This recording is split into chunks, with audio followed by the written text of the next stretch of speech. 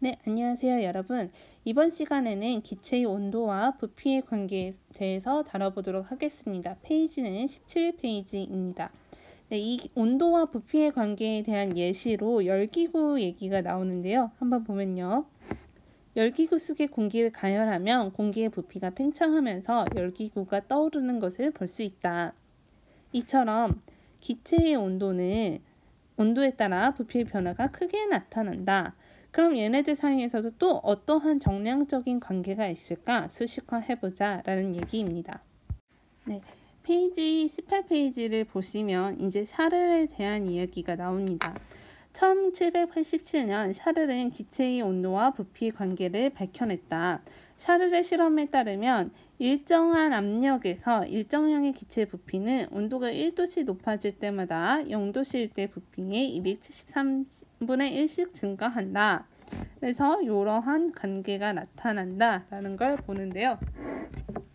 여기서 다시 한번 살펴보면 우리가 지금 이 샤를의 법칙은 온도와 부피의 관계를 다루는 법칙입니다. 보일의 법칙은 압력과 부피를 다루는 법칙이었고요. 샤를의 법칙은 온도와 부피를 다루는 법칙입니다. 그래서 일정해야 하는 값이 압력과 몰수가 되겠습니다. 우리가 보일 법칙이든 샤를 법칙이든 뭐와 뭐의 관계를 알아낼 것이냐, 그리고 그때 일정해야 되는 값은 무엇이냐라는 걸 좀 이렇게 집중해서 보셔야겠습니다.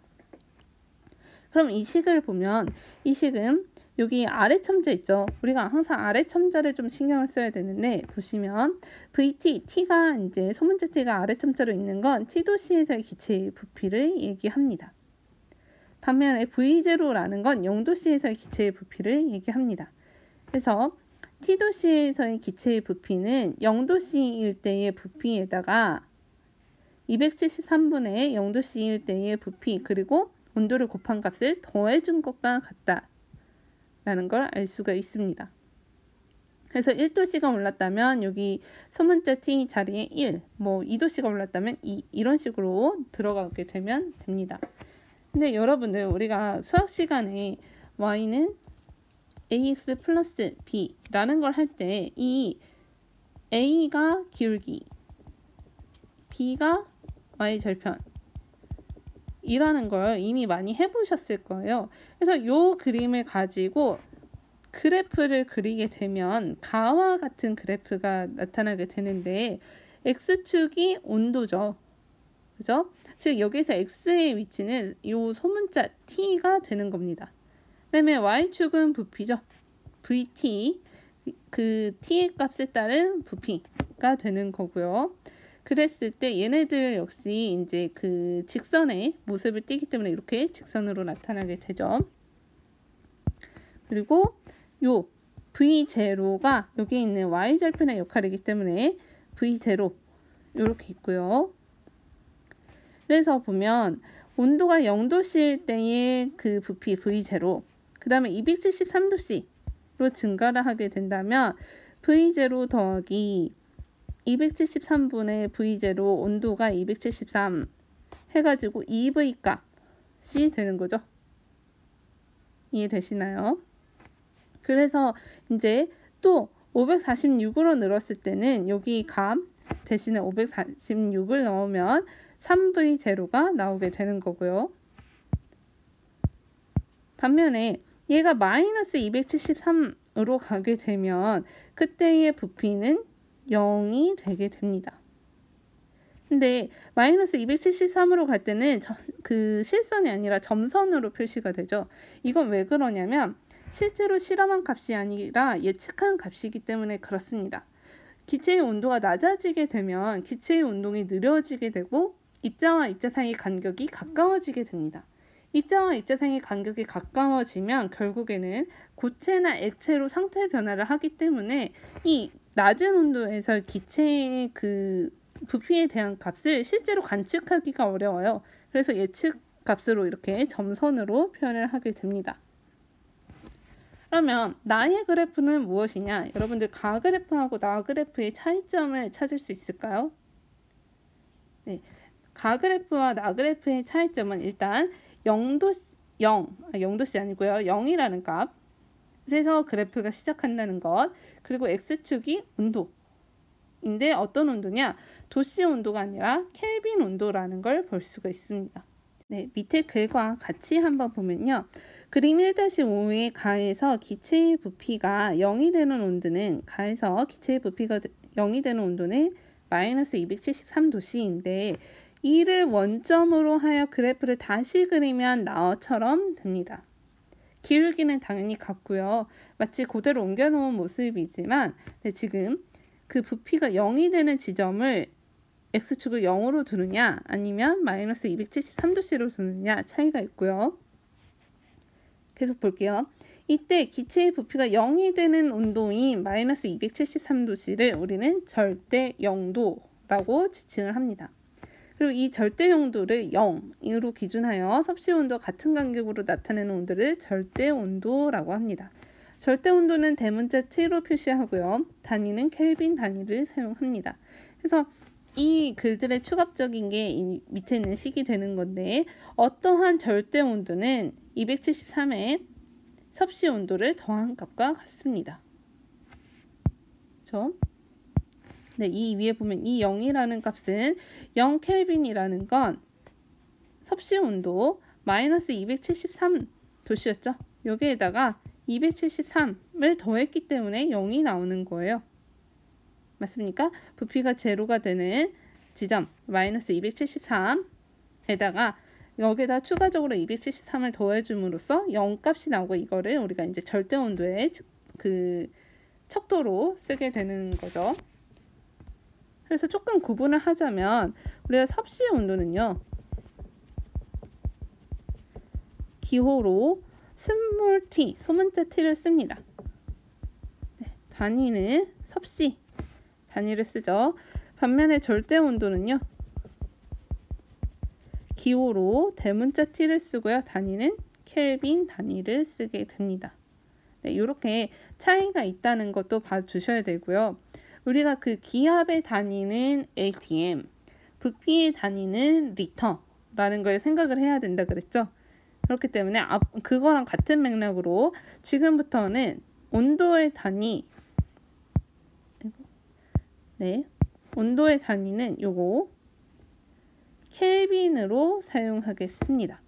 섭씨 온도가 나와도 전부 다 켈빈 단위로 바꿔줘야 된다는 거 한번 봐주시고요. 그럼 아랫부분을 마저 같이 읽겠습니다.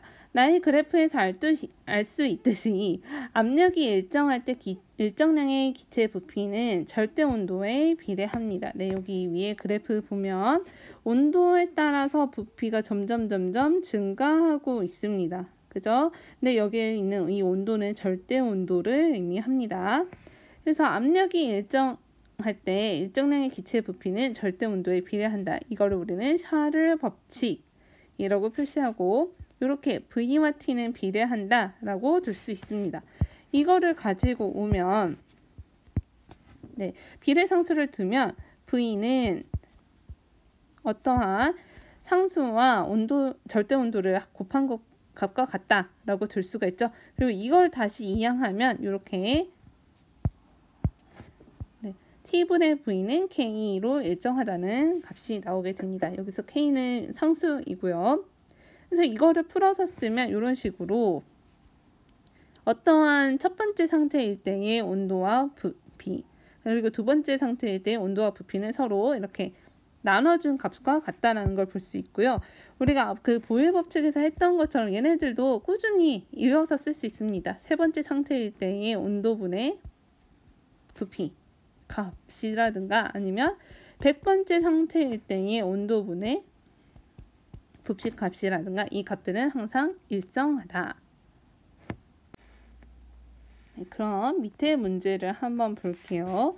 얘 보면 27도씨에서 부피가 4리터인 기체가 있습니다.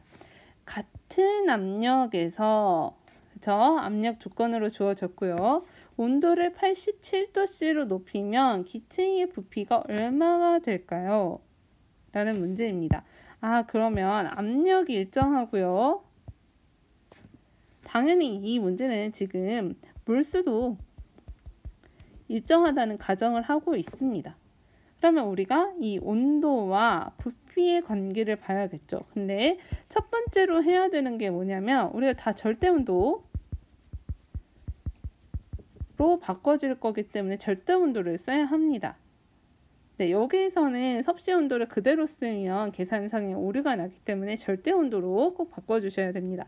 그러면 27도씨는 절대 온도로 바꾸면 얼마가 되죠? 네, 300켈빈이 됩니다. 왜냐하면 27 더하기 273이기 때문에. 그러면 87도씨는 절대 온도로 바꾸면 얼마가 되죠? 360켈빈이 됩니다. 그 다음에서 샤를 법칙을 이용해야 하는 거죠.